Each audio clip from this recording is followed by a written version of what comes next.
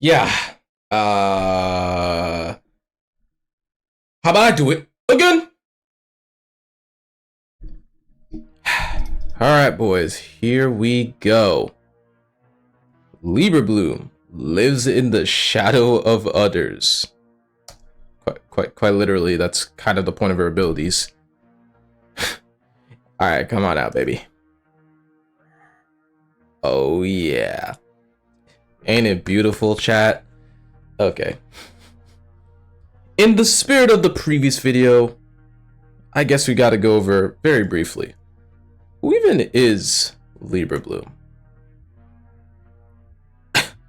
Okay, so I guess there's only really two notable things about her, and that is her ability to control people using her shadow abilities. See this right there. And then as well, it allows for movement. So, yeah, that's cool.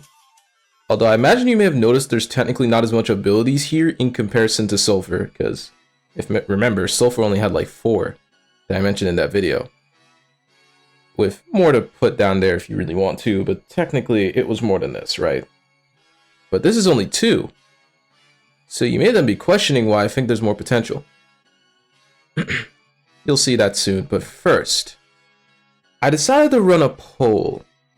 So like, it was more or less to ask why she was overshadowed by everyone else, in effect. And here's the whole results, because yeah, it kind of stopped after 9 votes, and I'm doubting that's going to change now, so here you go. Here's the choices. Yeah, as you can see, the top responses were Loco Musica and Power Creep, with the no-kill rule being practically the weakest one there. There were also a few that said all of the above, so for this one, how's about we go one by one? At least dive a little into each one. So, first off, baby. Okay, I didn't expect it to take that long, admittedly. Loco Musica. Yeah, notice the colors there. Doesn't that look cool? Okay. The main thing about Loco Musica is that she's meant to be more of a mid-range attacker, because her ability only really seems to work at its best at range as opposed to up close. So, yeah, as you can see here, it comes out these little music projectiles. The problem is that she's kind of ass. Like, seriously, it's been established very much that, in effect, the only times that she wins a lot of these fights is usually due to Leberblume helping out. Now, the image I actually have here is not technically showing that, but there should be another one that better explains it. It's more of an implication, but considering the actual fight itself, yeah, I'd like to think she definitely had credence when she pretty much says she's kind of the main reason that Loco is able to even hit most of the enemies that they do, right? Right here is when Biza gets frozen while Loco's launching attacks at her, and well, that allows her to finally get a good hit on her. So, there's that for you. And let me be very clear, right? I recognize that Loco's supposed to be kind of useless. That's kind of the whole point. She's meant to be weaker in comparison to Leber by technicality because, in effect, Leber's the one having to save her. Hell, I believe in that exact same chapter, mind you, she was the main reason they were even able to get a crowd. It's supposed to be a case that she's so ass that Leberblume practically has to help her out at every turn, and then by proxy, because of that, well, that would lead to the sets being like shenanigans. So don't get it twisted. I completely understand why it's like this, okay? Pick completely unrelated. Right, but here's the thing. This is the big problem that these two kind of suffer from, and is also tangentially why Leberblume has become so weak ever since that battle. Because almost every single time they fought since chapter 15, which I'm showing 6 examples here of them fighting. These are all the examples I remember. There may be ones I missed. But generally speaking, these are the ones where they're directly fighting after they joined the intermediate crew. Every single time they fought, they get dropped. Notice how the only one that didn't change is, well, this one, because technically this was an exception. This is where they actually got to use their Fortissimo cannon. But ironically, after that chapter, the next one after, where they're holding each other, that's the image there. They used the Fortissimo Cannon alongside everyone else using their abilities and got cooked by Azul. In 34, they got cooked by Azul after using both a Fortissimo Cannon and Kiwi's Obliteration Straw to launch at the girls. It launches at Azul, and then Azul kicks their ass. 44, it's mostly a character that I'm going to keep vague for the sake of not spoiling anything, but quite simply, she catches them unaware and they just aren't able to do anything because she's just that much more powerful than her. Although, we'll get to that in a bit. And then finally, the last one was Chapter 51, where they got blown away by Azul again. That's 3 times now, man. 3 that they've been blown away by Azul. I'm noticing a trend. I'm noticing a trend, guys. Okay, but we're done with that. So now let's get to the next one, which was the no-kill rule. Now, I'm going to be real with you guys. Let's not cap. That is so much cap. I don't think that the no-kill rule is the sole reason that is it. Like, in simple terms, it should not be stopping the shadow abilities gang. Like, can we be serious? Like, yeah, obviously it means you can't really use her daggers, which isn't shown on screen, but I'm sure I'll have something for that soon. But the thing is, I think there's a bigger reason that she's just not able to be as good as she can be. Even though I feel this one's admittedly kind of obvious, but my friends, is the power creep. Okay, come on. Are you really surprised that power creep is the reason that she has been doing so well? I don't think you are. This is the obvious one, right? But, because here's the thing, right? This is very much the opponents they've technically had to be fighting since Chapter 15, but... And that would be Sulfur. Although by technicality, it's not this version of Sulfur, it was just a normal one. And they did win that fight, but let's be real, I'm speaking more in the future here. And yeah, she is not a punk ass nigga. Remember, she put Visor to her fucking knees.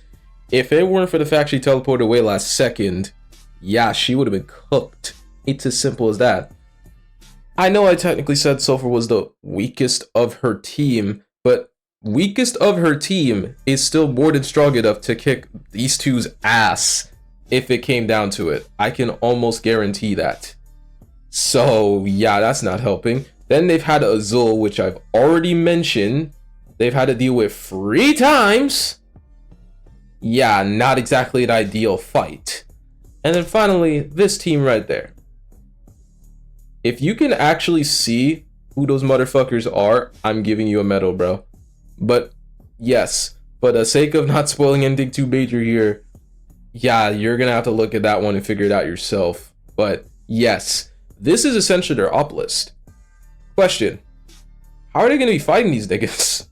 How do they fight them? Because here's the thing that's been established later. It was established that she can only really control those that are weaker than her. It's why she was able to control Leberblume in that first fight. In that first and only fight they've had, right? Yeah, see, look at this line here. And controlling you was a piece of cake. You really have no magic power at all. Why would she be saying this if it would just work regardless? It's clear that the power difference is why she was able to control Leberblume. To control Leopard. Yes, there we go. That's why she was able to do that. But that's just the thing. These are her ops. How is she going to beat all 3 of them, or control any of them for that matter, if they're just that much more powerful than she is? And mind you, these 2 have not changed since that chapter. I'm dead serious. Sure, they've gotten better feelings for each other, and by technicality together, they became a bit more powerful.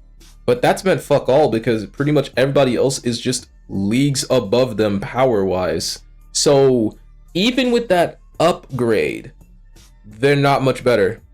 Not really. Like, it's just a sad case, because here's the thing, right? Here's the thing. People say portals are some of the strongest abilities that you could have. And I won't say I disagree. You can do many things with portals.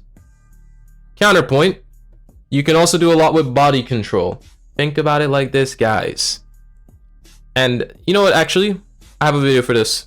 I made a video on the weakest characters, and hey, guess who features on that one? The woman of this video. That's crazy.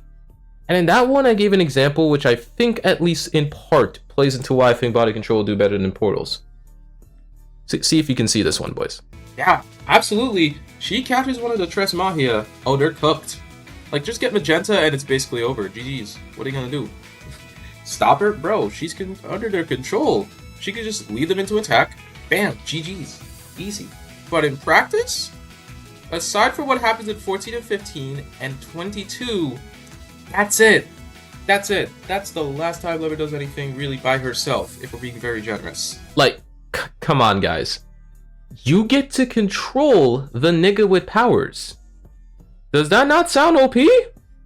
In theory? But in practice, that just hasn't happened because she's just weaker than everybody else at the current moment. And that just really sucks, because, yeah, there's a lot here. Because absolutely, she should be a scary opponent by any circumstance, but she just ends up looking kind of weak by comparison. God, it's just frustrating. Like, Ononaka, why did you do this to us? Why would you do this to us? We had something great and you had to do this to us, bro. Why? Why? Why? Okay. I'm just gonna get to conclusion, man. In conclusion, yeah, the main problems with Leberblume as of current is the loco-sized anchor that pretty much is completely tied to her foot, which is not helped by the no-kill rule, although that's very much in small part. And as well, looking at the power creep of the series, even if she didn't have the loco-sized anchor at her foot, she ain't doing shit. So unfortunately, yeah, they kind of only have to hang on to each other and hope and pray everybody else protects them, bro. But hey, what I will say is make them kiss already. Come on, man. Make them kiss. Like, nigga. Okay, side tangent, because the video is basically over at this point. So you can leave if you want to. Like, subscribe, share, all that bullshit. Video is basically over at this point, but side tangent at this page.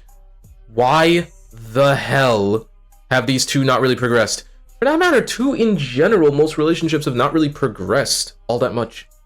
Like, you know how it is with Kiwi and fucking Utena. They've kind of gone places technically, but like, there's still someone in the same place where Utena has yet to give an answer, right? Then you have like, what is it, Kariko and Haruka, where those two have also technically not gone too many places, but they've already reached a stage where in the least Kariko is conscious of Magenta. Fucking hell. Haruka, I'm sorry, I remember the magical girl names better than their normal ones. Bear with me here. But there is something coming. I think it's slowly bubbling underneath, but eventually it will form into something considering recent chapters and stuff. So I think it's very possible that's going to happen. But then there's these two. Ironically, since the room they couldn't leave until Baiser was satisfied, they've not really gone anywhere. Karaoke in 22? Nemo's definitely recognizing, yeah, she's starting to have some potential horny feelings for her, well, friend and such, but that doesn't really go much of anywhere other than, yeah, they're somewhat conscious of that. And then, for a good while, not much happens between the two of them other than 34, where Urbani's are disappearing every fight, because of obviously the connection that the two are starting to have with each other as time has gone on. Right? Mostly because of the chapter 32 shenanigans. And then, but then after that, not much happens because the Shio-chans get a major focus.